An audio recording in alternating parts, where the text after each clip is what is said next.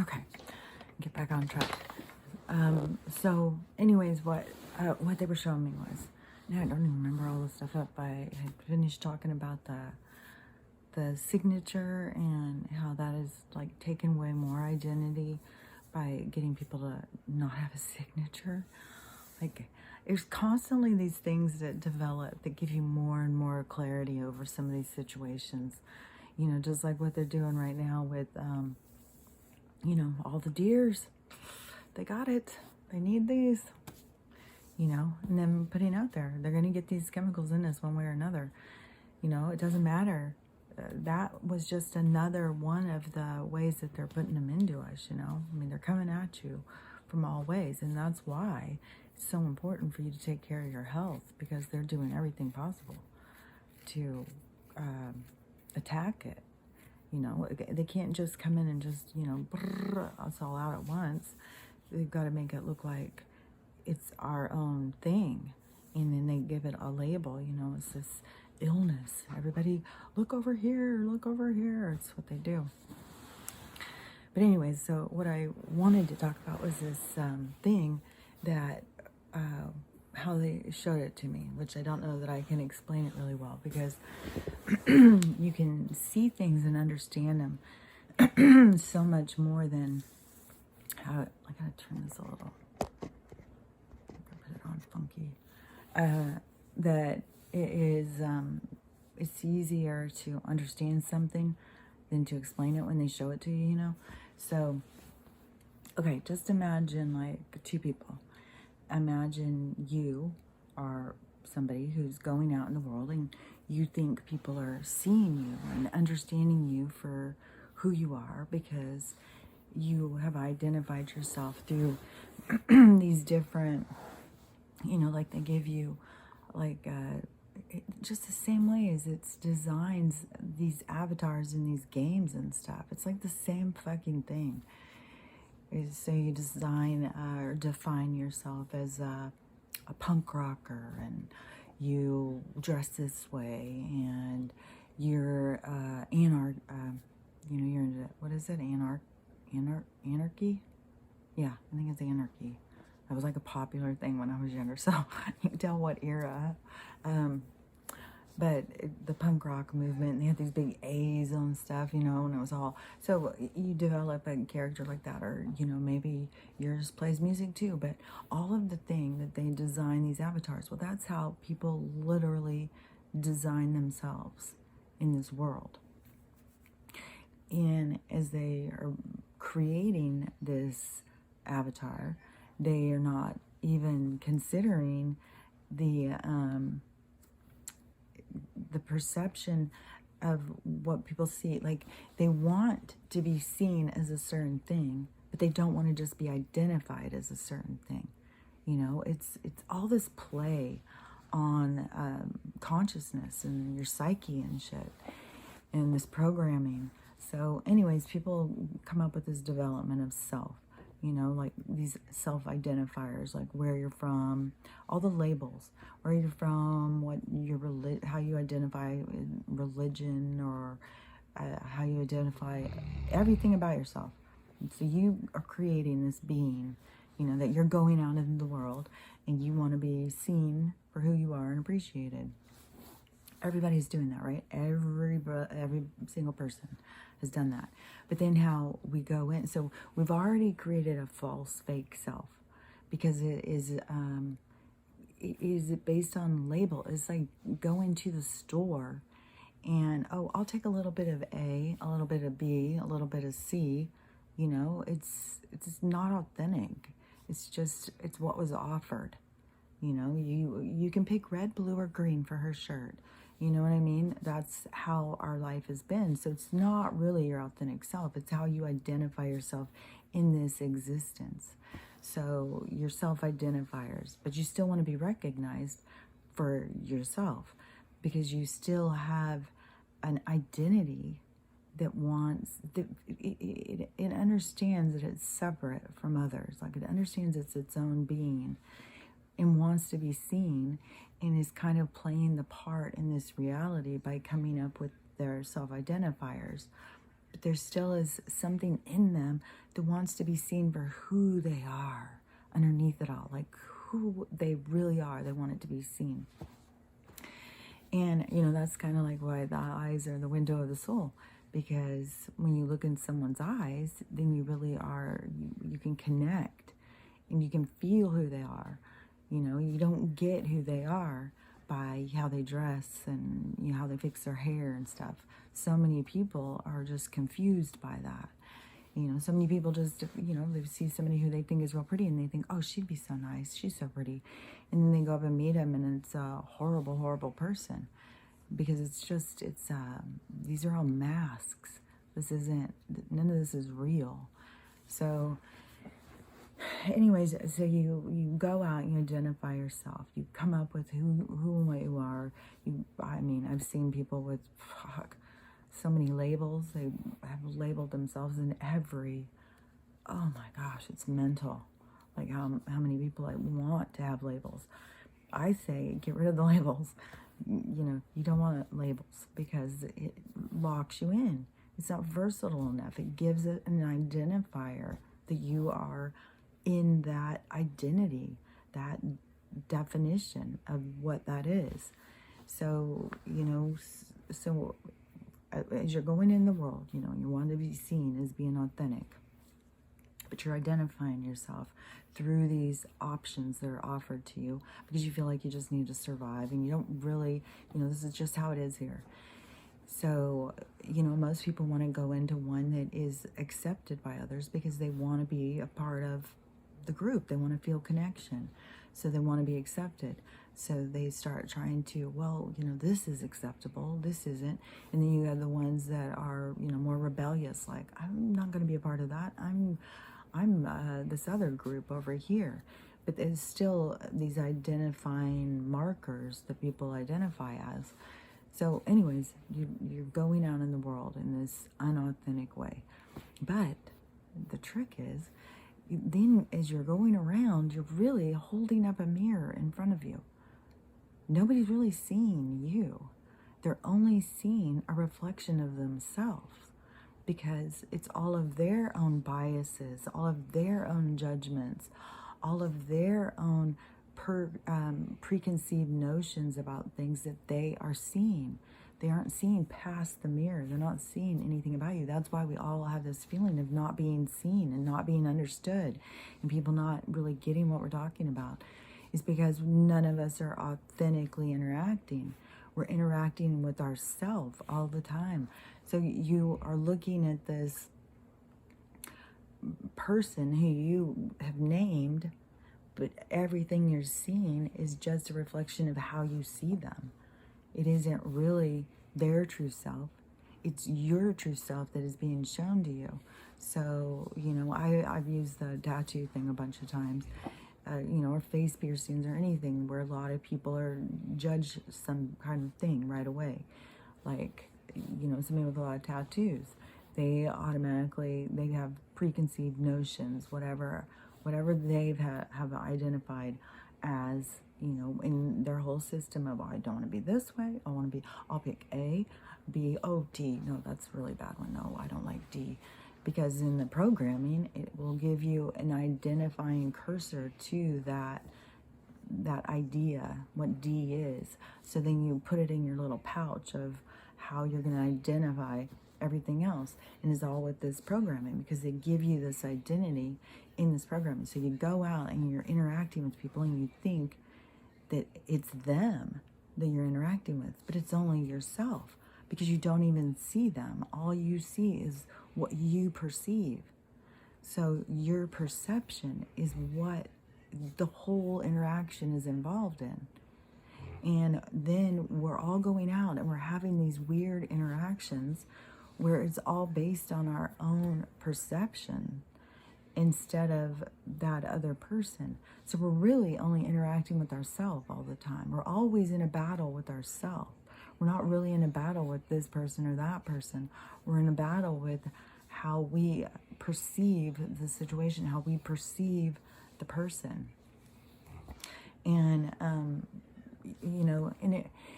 the more this stuff develops, the more, I see it all kind of going and layering on itself and becoming more significant. Like everything just makes more and more sense to me. The more I see, the more it makes sense to me. And how it is all connected. And the whole thing with consciousness and this transhumanism movement and the, Westworld and the consciousness coming to life, and even that Frankenstein creature thing that I had just seen, and the whole thing getting people to they want to identify us, but they want to oh god, just got a creepy thing, like they can get your DNA and then they can get your facial structure. They can just create a different being of you. I bet I wouldn't put it past this system to have the ability to just, while we're asleep, to go in our house and take our consciousness right out and put it in the synthetic without us even knowing. Like, this place is so fucking creepy. And when I saw that thing about CERN, and crazy enough, I'm doing this video series thing, and it's talking about CERN, and so I'm putting them on the thing, and then I go on TikTok, and it's somebody from CERN who is constantly doing these videos. I don't really get, like, it's very strange, but he's always doing these videos. But exactly what this video series was talking about, this man on TikTok starts saying, I told you that they constantly give me confirmation. It's crazy how they do it. But so he says that it's 2 days until they do this, and they're drilling down, trying to go into, I don't understand, they're trying to go into the center of the earth, but the earth isn't really, it's like portals and stuff.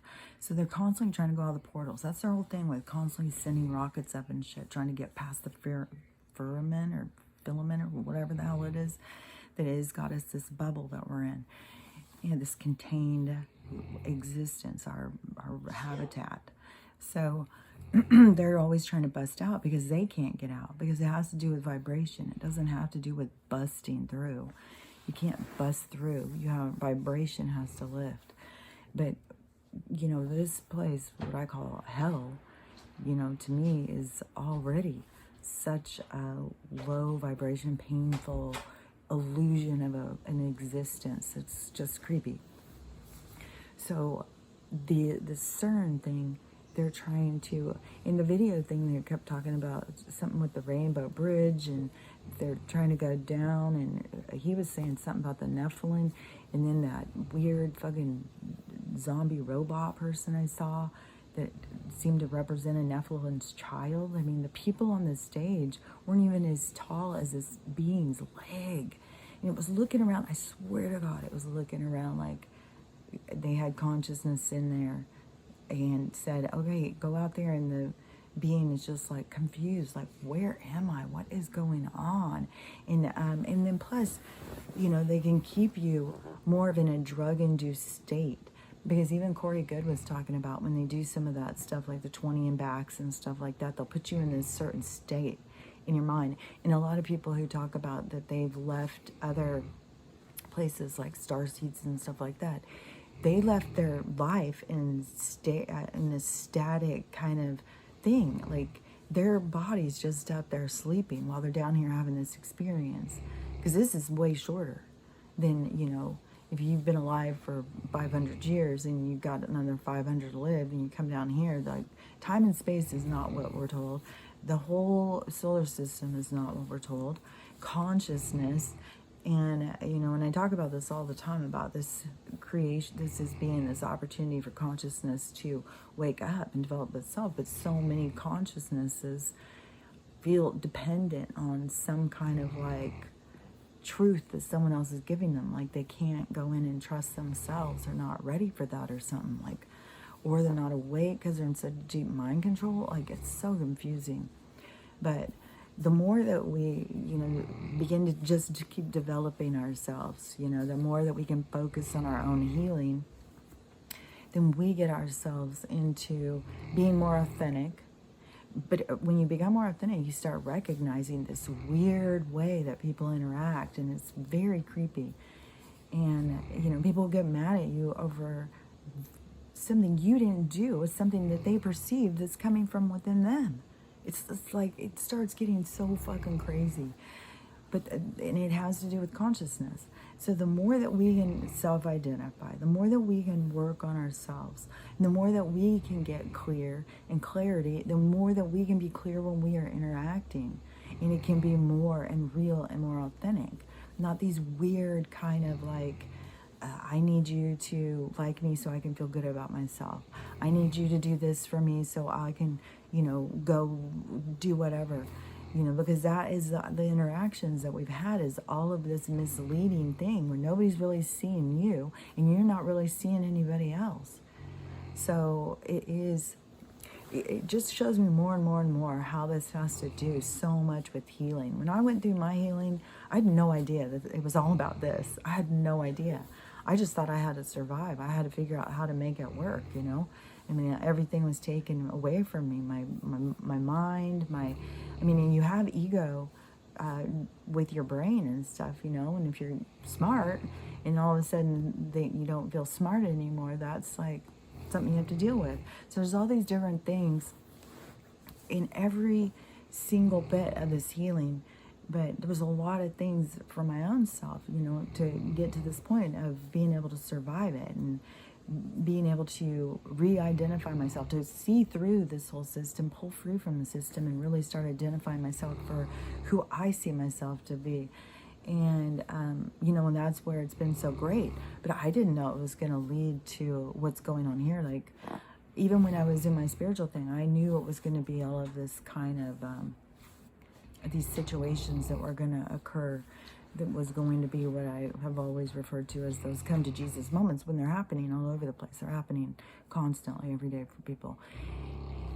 But I just, at that time, I had no idea about this, how deep the programming went, how in this whole thing with the consciousness and energy, and this harvesting of the free energy by consciousness that has no awareness of what it is, and to keep it trapped by continually making it think it's less than what it is.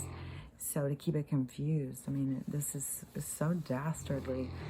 But, you know, it's how we can begin to pull out of that, you know, it's all about the reprogramming, and seeing through the illusion has to do with, you know, start seeing through, like, who you identify yourself to be. Like, start to question that, and start being more present in the interactions you have, and not being so keyed into our perceptions of an interaction, which is very difficult right now, because all the interactions with my daughter and I mean, she says the same thing as me. This is like the Twilight Zone. Like, we can't even understand what each other are talking about. It's that much of a split. Like, it's literally a split. Like, I'm talking, she has no idea what I'm talking about. She's talking, I'm just like, it's two totally different worlds. So it's hard to do all of this stuff, like, while all this is going on. So, you know, don't use others as, you know, a measurement of how well you're doing. You know, the more that you can find peace, the more you can pull free from fear, and the more you can take care of yourself and take responsibility for your interactions, then, you know, you're on the right track. But yeah, for a while, it's going to be these weird interactions. Like, so don't be thinking, oh, you know, it's just me. I'm not healed. I'm not doing this right. I'm not doing that right, because I'm still having problems with people. Like, there's going to continue to be these problems until the shift is completed or something. I don't know. The whole thing is weird. Everything is weird. And so, yeah. And now I've been talking so long but anyways, just that, that whole thing of really understanding that, like, don't get your feelings hurt because someone doesn't see you, because they're only seeing themselves. They're only seeing what they believe, what confirms their own biases. That's the only thing that they are really seeing. So, you know, there's a reason why none of us feel seen. There's a reason why none of us feel really heard. And, you know, just move towards trying to figure out who your authentic self is and accepting everyone else for their authentic self. I mean, we want more weirdos and less of these paper doll people. We want people to just be their weird self, you know, just be you. And we just all need to find it in ourselves to accept everybody for their differences and quit thinking that that is an acceptable program, is to have everybody try and be like everybody else. It's fucking weird. So much weird stuff I could talk about with this world. Okay, I think that's my cue. Have a great day. I'll talk to you later.